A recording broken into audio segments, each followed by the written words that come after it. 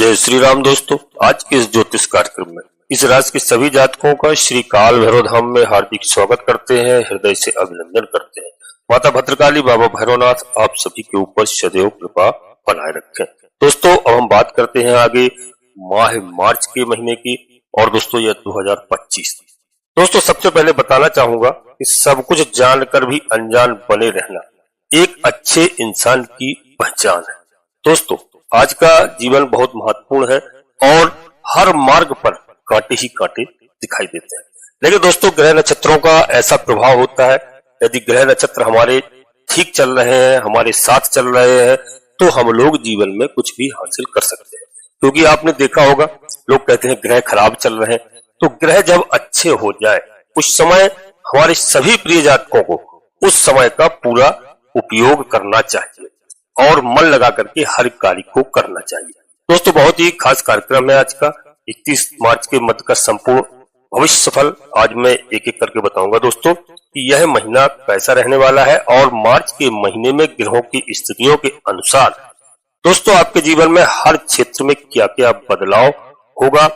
एक बात दोस्तों मैं अवश्य कहूंगा अपने सभी प्रिय जातकों से कि दोस्तों ग्रहों की स्थितियों में इस महीने इस प्रकार बदलाव हो रहा है कि दोस्तों आपके जीवन में दुख का बवंडर अब खत्म होता हुआ दिखाई दे रहा है।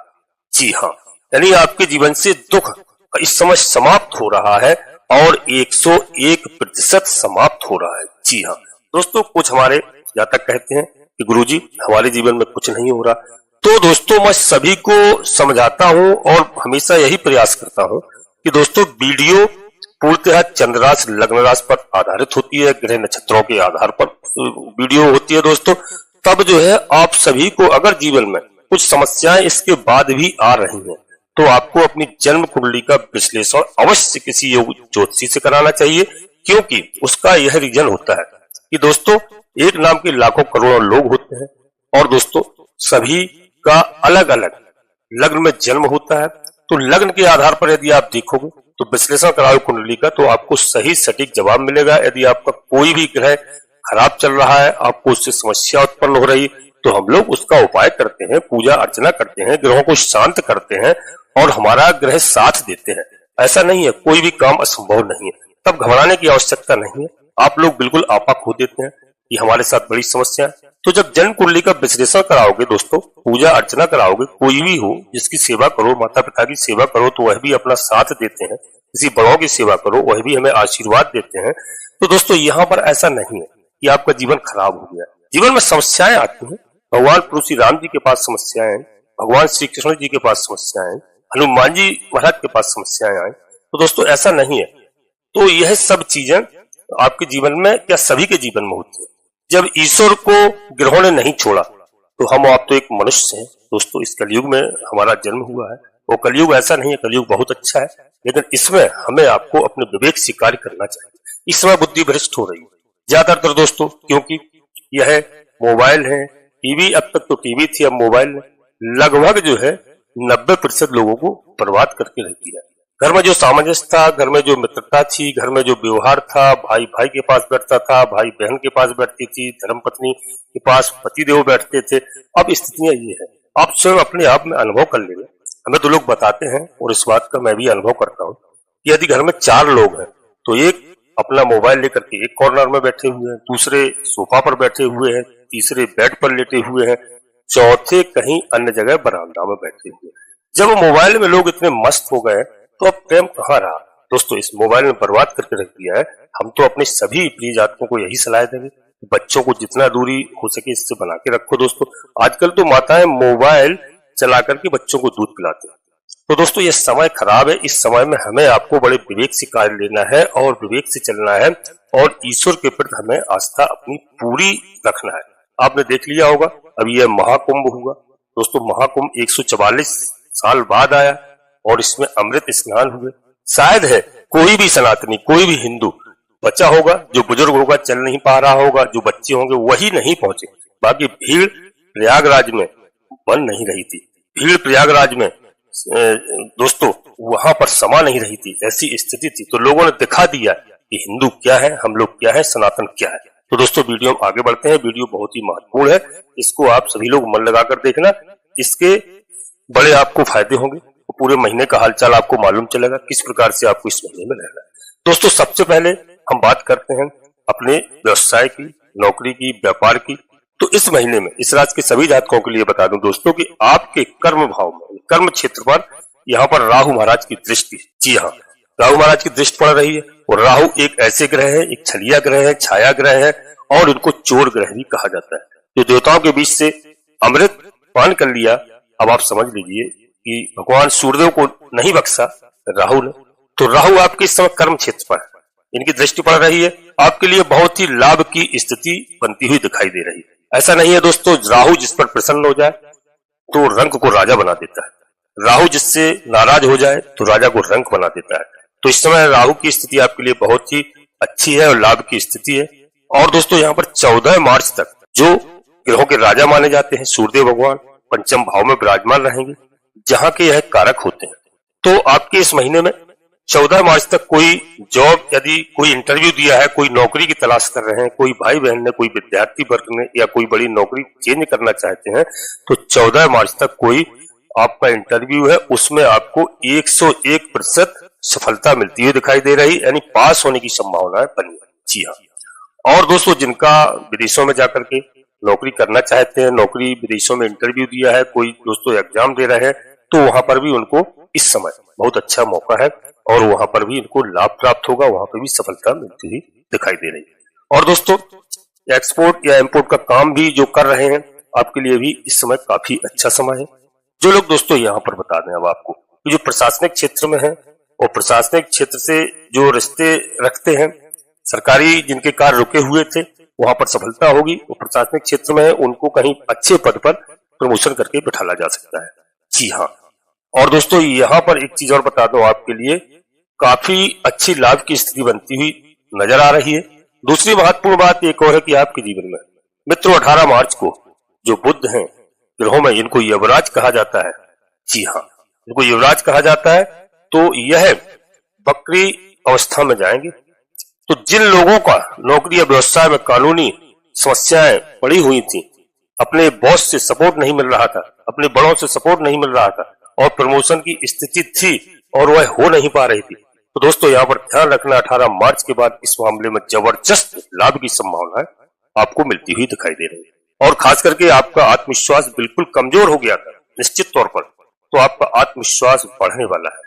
जी हाँ दोस्तों, यदि आप किसी कंपनी से या कोई नौकरी से कहीं से निकाल दिए गए थे या आपका कोई बिजनेस व्यापार में आपको घाटा हो रहा था, मन नहीं लग रहा था, तो आपके जीवन में जो है जैसे ही 23 मार्च को शुक्र महाराज बहुत अच्छे ग्रह हैं और शुक्र महाराज उदय होंगे, तो आपको वही पुनः कंपनी वापस बुलाएगी और आपका व्यापार में मन लगेगा, व्यापार में अच्छा खासा लाभ होगा।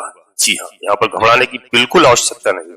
कुछ हमारे ऐसे भी साथी हैं जो चाह रहे हैं कि हम अपनी नौकरी में या व्यवसाय में बहुत अच्छा प्रदर्शन करें और बहुत बड़ा हमारे बदलाव हो, तो दोस्तों यह भी आप नोट कर लीजिए, 14 मार्च के बाद सूर्य सप्तम भाव में जाएंगे, षष्टम भाव में जाएंगे, जहां के निश्चित तौर पर यह कारक है। तो आपको इस समय जो है कुछ बड़ा व्यवसाय में सफलता मिलेगी निश्चित रूप से। बड़ी नौकरी यदि आप बदलना चाहते हैं तो नौकरी भी आपको बड़ी मिलने के यहाँ पर पूर्ण संकेत मिल रहे हैं। जी हाँ, आपको इस समय किसी प्रकार की उलझने नहीं रहेंगी दोस्तों, जॉब सॉल्व मिलेगा। और दोस्तों यहाँ पर यदि लॉटरी सट्टा शेयर मार्केट पैसे लगा रहे हैं तो बिल्कुल घबराने की आवश्यकता नहीं है। 14 मार्च तक जबरदस्त आपको फायदा होता हुआ दिखाई दे रहा है।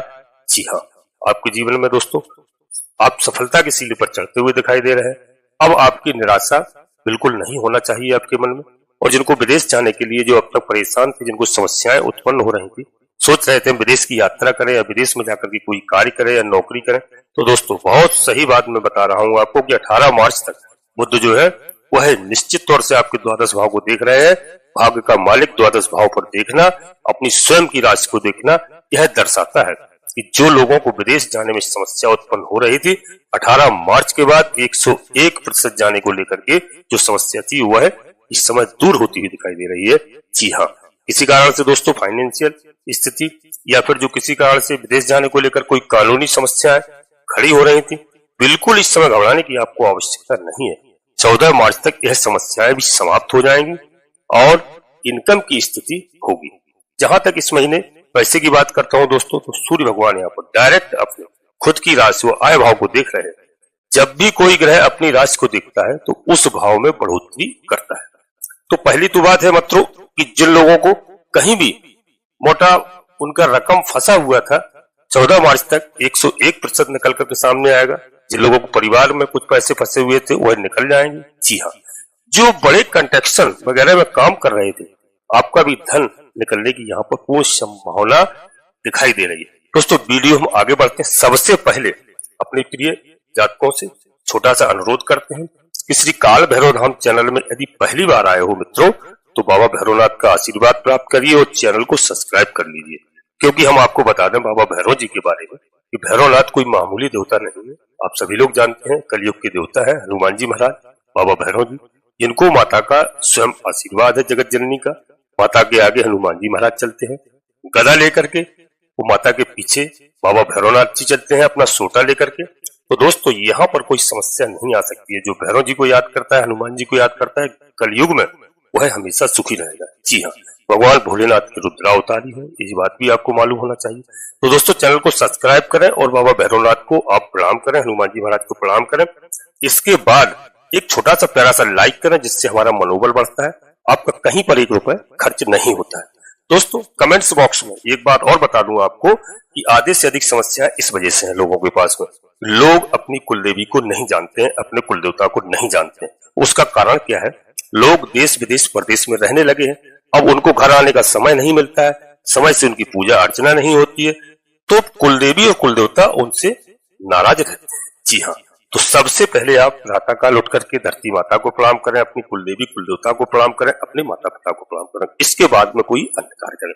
तो दोस्तों कमेंट्स बॉक्स में पूरी भक्ति भाव के साथ सर्वप्रथम अपनी कुलदेवी, अपने कुलदेवता को, अपने इष्ट देवता को याद करो और इसके बाद माता भद्रकाली कृपा करो, बाबा भैरवनाथ कृपा करो, हनुमान जी महाराज कृपा करो, शनिदेव महाराज कृपा करो, सूर्यदेव भगवान कृपा करो। जो भी देव आपको प्रिय लगे, जिनमें आपकी आस्था हो, पूर्ण भक्ति भाव से एक बार नहीं, मैं कह रहा हूँ 3 बार अवश्य लिखना। मैं विश्वास के साथ कहता हूँ कि आधे से अधिक समस्याओं का समाधान आपका तत्काल होगा। जी हाँ, हमारी बात आप समझ रहे होंगे।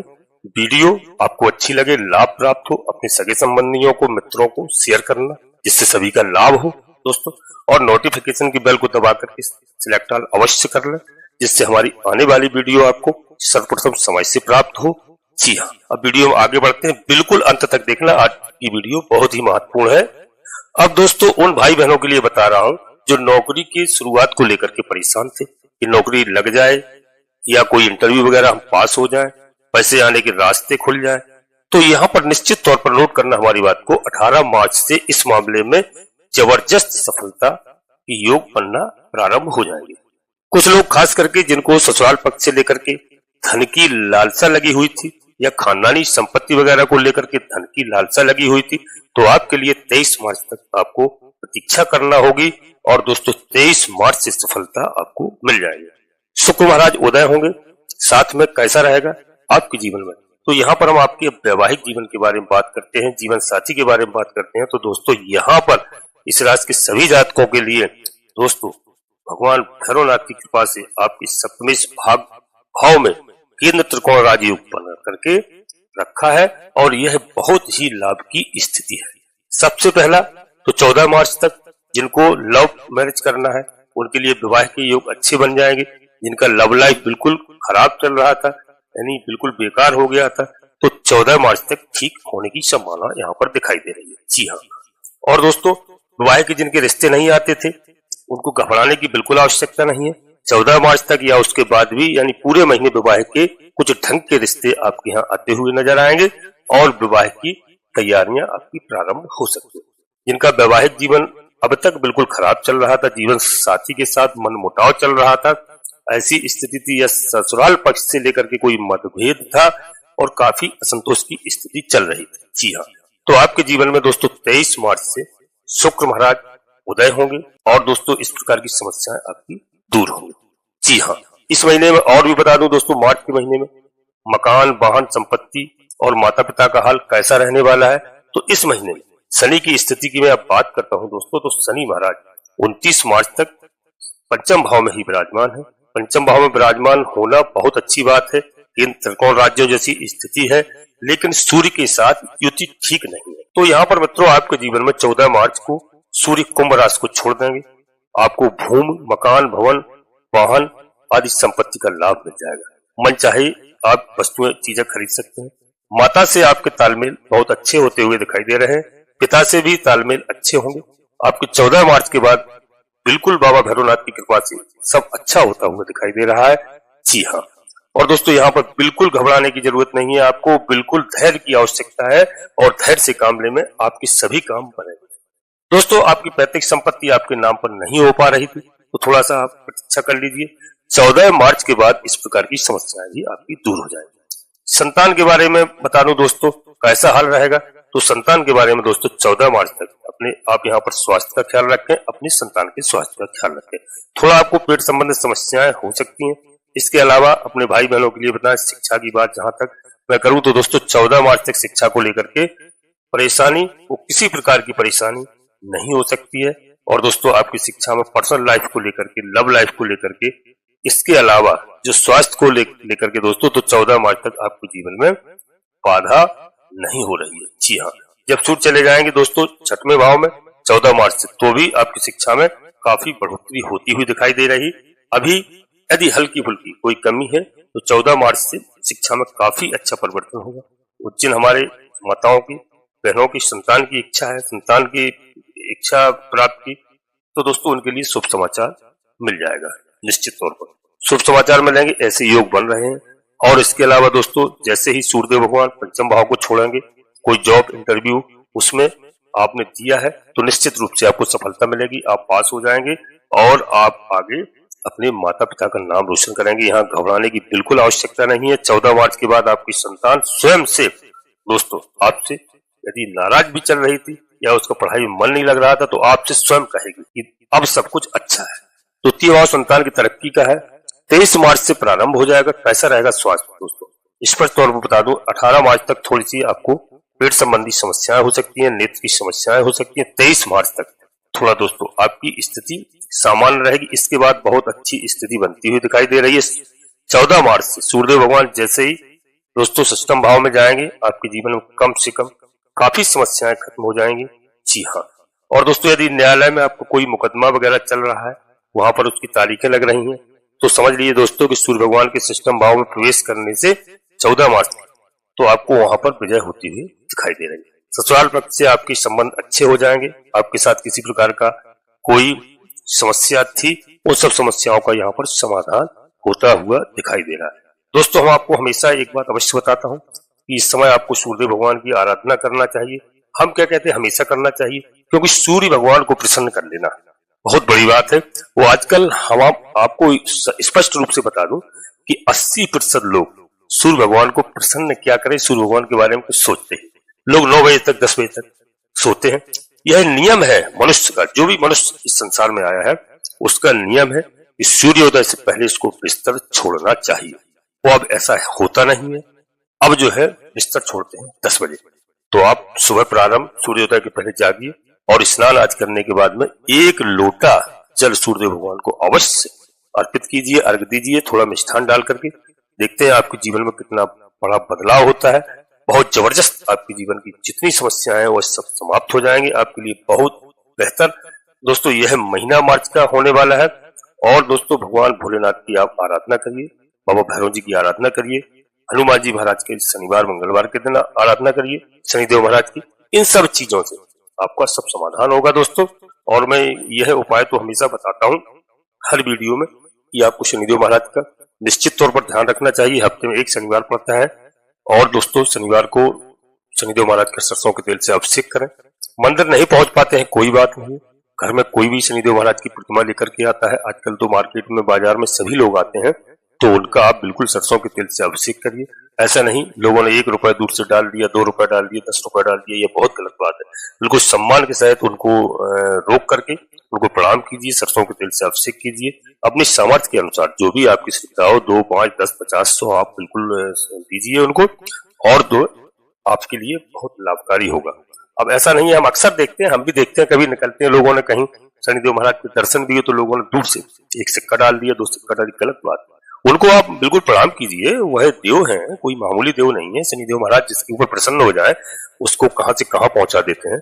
और शनिदेव महाराज जब पता लगता है लोगों को कि हमारी 7:30 प्रारंभ होने जा रही है, हमारी ढैया प्रारंभ हो जाती है, तो लोग पहले से ही कांपने लगते हैं। लोगों की पहले से ही धड़कनें बढ़ जाती हैं कि हमारे साथ अब क्या होने वाला है। इसलिए आप सभी लोग शनिदेव महाराज की आराधना करिए। शनिदेव महाराज को प्रसन्न करने के लिए, राहु महाराज को प्रसन्न करने के लिए, बाबा भैरव जी को प्रसन्न करने के लिए आपको हमेशा काले कुत्ते को आप भोजन व्यवस्था करें, और हो सकता है तो सरसों के तेल में बनी हुई पूरी, रोटी, पराठा इत्यादि आप खिलाएं। शनिवार के दिन खिलाएं, बहुत ही लाभ होता है। बाबा भैरव जी का आशीर्वाद प्राप्त होता है, शनिदेव महाराज प्रसन्न होते हैं। तो ये चीजें दोस्तों आप ध्यान रखें। हमेशा शनिवार के दिन पीपल के वृक्ष के नीचे एक सरसों के तेल का दीपक रखवाएं संध्या के समय। यह सब जीवन को बदलने की चीजें हैं। तो दोस्तों अब यहीं पर अपनी वाणी को हम विराम देना चाहते हैं, क्योंकि वीडियो बहुत बड़ी हो जाती है, फिर मुझे भी लगता है कि काफी बड़ी हो गई। तो दोस्तों वीडियो के अंत में फिर अपने सभी प्रिय जातकों से पुनः अनुरोध करते हैं कि श्री काल भैरव नाम चैनल में पहली बार आए हैं तो दोस्तों बिल्कुल नहीं चूकना, चैनल को सब्सक्राइब करिए, बाबा भैरवनाथ का आशीर्वाद प्राप्त करिए, एक छोटा सा प्यारा सा लाइक करिए, उससे हमारा मनोबल बढ़ता है। जी हाँ, और दोस्तों कमेंट्स बॉक्स में सर्वप्रथम अपनी कुलदेवी को याद करो, अपने कुल देवता को याद करो, अपने इष्ट देवता को याद करो। इसके बाद माता भद्रकाली कृपा करो, बाबा भैरवनाथ कृपा करो, हनुमान जी महाराज कृपा करो। जो भी देव आपको प्रिय लगे उनको मन में पूर्ण भक्तिभाव से याद करिए। एक बार नहीं, कम से कम 3 बार अवश्य लिखिए। मैं विश्वास के साथ कहता हूं आधे से अधिक समस्याओं का आपका समाधान होगा केवल कुलदेवी कुल देवता को प्रणाम करने से। जी हाँ, आप सभी लोग परिवार के साथ स्वस्थ रहें, मस्त रहें, खुश रहें। धन्यवाद दोस्तों। जय माता भद्रकाली, कृपा करो।